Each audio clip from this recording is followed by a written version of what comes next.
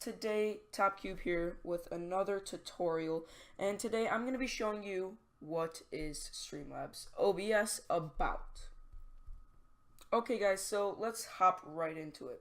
So Streamlabs OBS, basically what this is a software, basically has a bunch of different things different from OBS, obviously. Now let me close this out. So we could see our chat right here if we click editor, and we have a little arrow right here. We could see our chat, all of that. I'm recording with this right now, so you'll see the quality, see how good it is. But what I'm trying to show you guys today is, first of all, I'm going to show you a tour of Streamlabs OBS, and second of all, I'm going to show you what is the best settings for Streamlabs OBS. So let's start with me showing you what's the difference between this and OBS.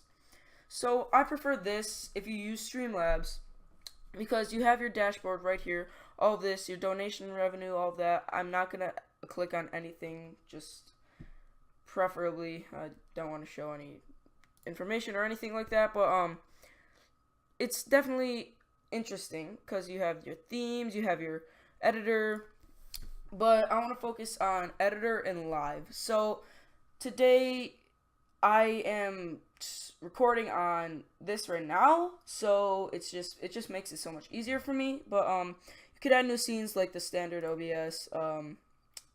This is my streams, my stream scene, and then this is just recording. But you could add a new source. This is what is really, it just gets me. Like, you have, here's your standard OBS, and then here's your widgets and all of that. Now, standard, obviously you had to get the link of the widgets, all of that. You have to refresh it every single day, and then you just have to, it's a pain, guys. You have to go through browser source. No, you just have to click alert box or something like that. Now, basically you have the jar, which is for Twitch and YouTube. For bits, I'm not sure if you can use it for YouTube for super chats or anything like that, but I'm pretty sure you can. Now let me show you one more thing. For this, here you could click test widgets down here, right here. Click test widgets. You could test all your widgets here, just like this. But in the normal OBS, you would have to go to Streamlabs, the website, then do it from there. So look. Just test all my widgets right there, all my alert boxes, all that. So that's basically the difference for the editor. Now let's check out the live part. This is honestly my favorite part of the whole thing. It shows what happened, what's your recent events, live actions, like the spin wheel. You could add that. You could also obviously have your scenes. You have your preview. This is my favorite part right here. You have a preview of your stream right here. And it's my favorite part, obviously, because look, I could have my chat open at the same time looking at the stream. It's just a nice place. I could put this on my second monitor, and it's just a nice place to have everything at the same time. So let's hop into the settings, guys, the part you were waiting for. And let's just see what the best stream settings are. First, we're gonna start off with stream. We'll make our way back, but we'll start off with stream here. So streaming services, you could choose your streaming services, either streaming services like Twitch, all that, or custom streaming server like OBS. But your service would be down here. If you have streaming service selected, it should just look at your streaming services on your computer. I'm using restream.io just so I could stream on Twitch and YouTube at the same time. Obviously, your stream key, never ever show this, guys. And I mean never ever ever show this to anyone. Ever. If you accidentally do on a stream, show your stream key, there's a little refresh button on YouTube to reset it. You don't want to show anyone this, or they could stream on your channel. So let's go to output. Alright, so if you're on simple, switch it to advanced. Audio track, keep it at 1 unless you're huge sort of streamer or recorder, and you want a bunch of different audio tracks and stuff like that. Encoder, if you're on software X264, that's perfectly fine, though if you have a high-end computer, you could use your graphics card, which I'm using my NVIDIA graphics card right now, NVENC. So I use that because I think it personally looks better. Depends on what your graphics card is. And then rate control, keep that on CBR. Yeah, keep it on CBR. Bitrate. Now this is important, guys. This tells everything about your stream. How it lags, how it looks, the quality, all of this. So I'm going to leave a link in the description below for Ookla speed test. All you got to do, guys, is go to settings, switch it to megabits per second, and then click go. Basically what this does is you get to see how good your connection is. So if you have, it's upload. You're checking for upload, guys. If you have 6 or above, 6 to 9 upload, I recommend a bitrate of 2500 standard, which is the standard bitrate that it keeps it at. If you have 6 or if you have 5 or below, I recommend 2000. Don't go lower than that, guys. It's not gonna look good. Your stream will probably crash. Just keep it 2000 at the lowest. And if you have a 10 or above upload speed, I recommend 3500. That's honestly the best in my opinion, because I keep it at that, though I could go way higher. I just keep it at that to stay safe. Keyframe interval or seconds 0 equals auto, keep it at 2. Preset, high quality if you have a really good computer. Keep it at default if you just want to stay safe. Just let the Streamlabs software tell what, basically it'll tell if you have high quality, high performance, all of that.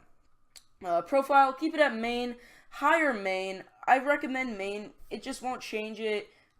High could crash your stream at points, or stream. So I don't recommend high. It can mess up a bunch of things.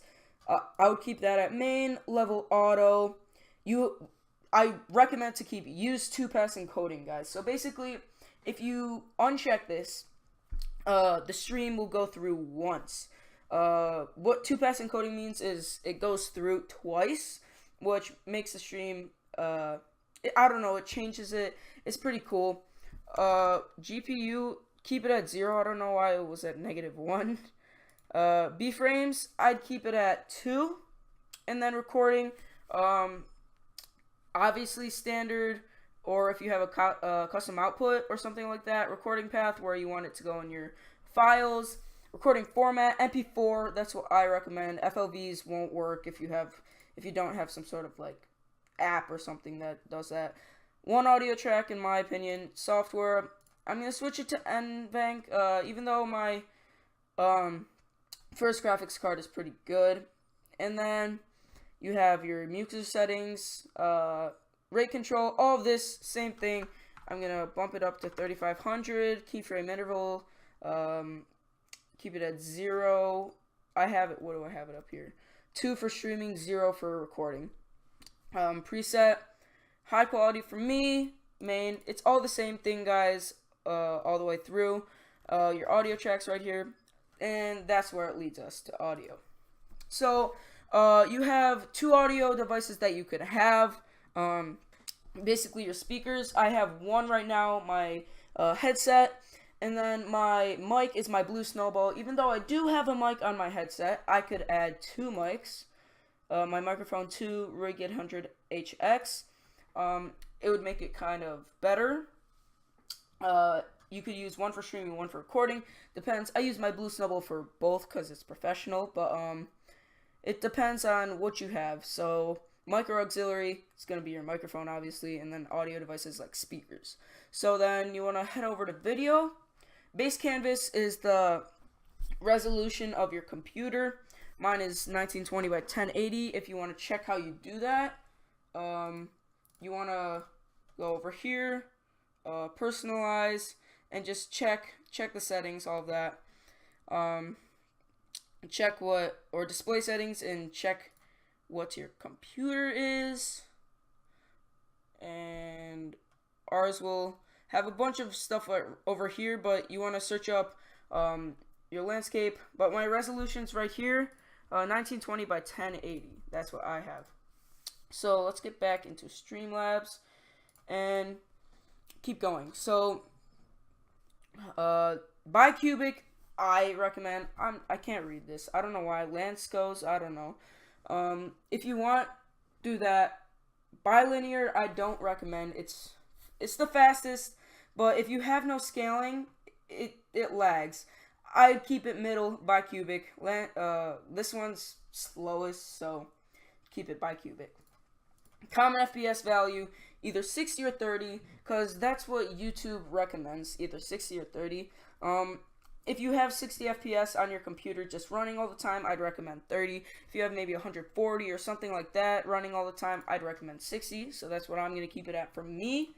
Hotkeys, start streaming, end streaming, start recording, stop streaming.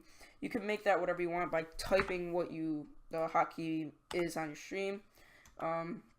So obviously, I'm just going to get rid of those because I don't really like the hotkeys. I'll just go back into here. Maybe for the stop streaming, start streaming, I might.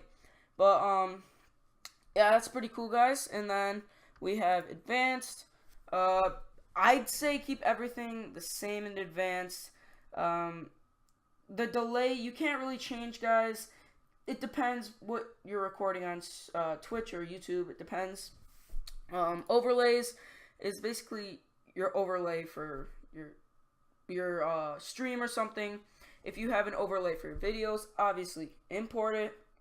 If you have it for your streams, you could add it into your scene, and then you could have it over your whole thing.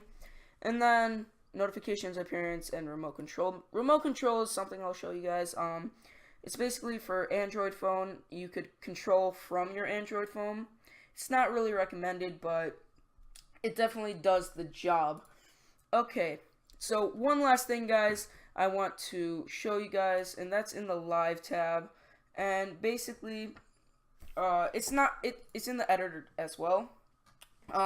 Make sure if you want to check if your mic's working, right here, guys, right here. A bunch of people don't know if it's working or not, but a bunch of people check right here, and then they also check desktop audio and all of that. So thank you guys for watching. If you guys want to leave a like if you enjoyed, or comment down below if you guys want to, I don't know, hold up. If you guys want to see any more tutorials or anything, even new tutorials, I'll be posting daily, streaming daily, all of that. Thank you guys, and I'll see you in the next one.